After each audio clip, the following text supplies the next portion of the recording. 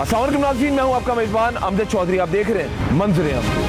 Sindh food authority के साथ मुख्तलिफ रेस्टोरेंट्स में जो फूड मिल रहा है वो क्वालिटी वाइज सही है या नहीं सही है। देखते ही इन्होंने जो सफाई सुथराई शुरू कर दी। चीज़ होती है सर्जिकल जिसे कैप कहते हैं, वो आपने नहीं पहनी हुई है।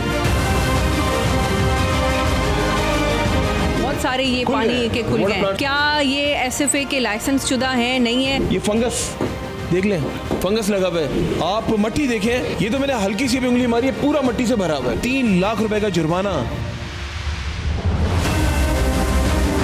तो इसकी भी कंडीशन जो है वो सही नहीं है। अभी आप इनकी डिशेस देखें, बनी बनाई इन्होंने ज़मीन पे रखी हुई हैं। चूहे की बीटें, ये दिखाएं जरा। प्रोडक्शन है और यही इनका वॉशरूम है। कोई ग्लव्स नहीं पहने हुए। ज़्यादातर हमें जिसकी कंप्लेंट्स होती हैं, हम ज़्यादातर उधर ही जाते हैं। जब मक्खी अंदर मरती है, उसका जो रस बनता है ना, उससे गाजर का हलवा और मजे का हो जाता है। बात तो सुनो, सील कर दिया गया है 4 लाख रुपए का जो है जुर्माना।